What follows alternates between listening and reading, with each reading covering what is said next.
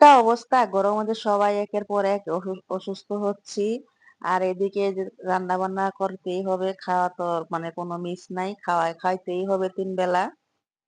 তো আমি বাজারে গেছিলাম কিছু চিংড়ি মাছ আনতে আর সবজি আনতে।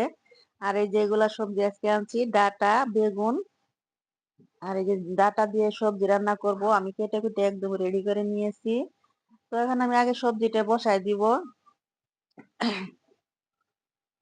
মানে বয়েস দিতে পারতেছি না। গলা খুশখুশ করতেছে, ঠান্ডা লাগছে আর মানে লাগতেছে আরকি। আর মানে কান, গলা কেমন জানি করতেছে।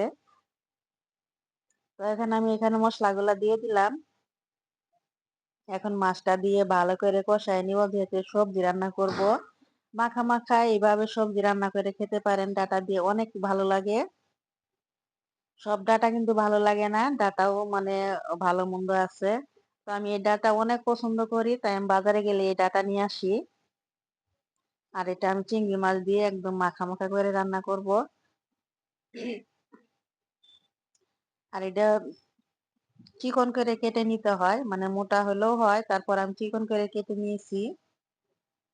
আরেকদিন রান্না করছিলাম কাঁঠালের বিচি দিয়ে। আজকে কিন্তু কাঁঠালের বিচি ছিল না। এমনি আলু দিয়ে রান্না করতেছি। তো আমি ডাটা ওই চুলায় বসায় দিলাম। এখানে আমি রান্না করব বেগুন আর পাবদা মাছ দেখতেই পারতেছেন। মাছটাকে কষায় নিব। ভাজি নাই যেহেতু মাছটা পাতলা ছিল। পাবদা মাছ ভাজলে একদম ইয়া হয়ে যায়। ভাজাছে আমার কাছে কষানোটাই মজা লাগে। তার মাছগুলা এখন দিয়ে দিলাম। মাছগুলা ভালো করে একটু কষায় নিব এই তেলের মধ্যে। মানে আর কোনো পানি দিব না। এর মধ্যে হালকা জাল দিয়ে মানে ডিপ জাল দিয়ে বসায় নিব। আর এদিকে এই পাশে আমি এটা একটু নেড়ে নিতেছি মানে কষায় নিতেছি। কষানো হয়ে গেছে পড়ায় আমি এখন চুলের পানিটা দিয়ে দিব। একটু ভালো করে নেড়ে নিলাম। এখন আমি পানিটা দিয়ে দিচ্ছি। দিয়ে নাড়াচাড়ি করে ঢেকে দিব। এতে আমার হয়ে যাবে সবজিটা। আর সবজি খাওয়ার পরে তো আমরা বয়েস দেই। কিন্তু সবজিটা এত মজা হয়েছিল, অনেক ভালো লাগছে। আর বেগুনের তরকারি যদি এইভাবে পাবদা মাছ দিয়ে রান্না করেন, যারা কোনোদিন না খাইছেন তারাও খাবেন। অনেক ভালো লাগে। তাই মাছগুলা একে, একে উঠায় নিতেছি। মানে আলতো করে যে না ভাঙে, তারপরে কয়েকটা মাছ ২-১ টা ভেঙে গেছে। তো এখন আমি বেগুনগুলা দিয়ে দিলাম। বেগুন আর আলু দিয়ে এটা ভালো করে কষায় নিতে হবে। এর মধ্যে কোনো আগে পানি দিব না। এটা ভালো করে কষায় নিব। তা আমি এর ফাঁকে কিছু ছোট মাছ ছিল ভিজাইছিলাম। যেহেতু আজকে ওরা বাসায় ওয়াজিয়াকে ধরার জন্য সময় আছে।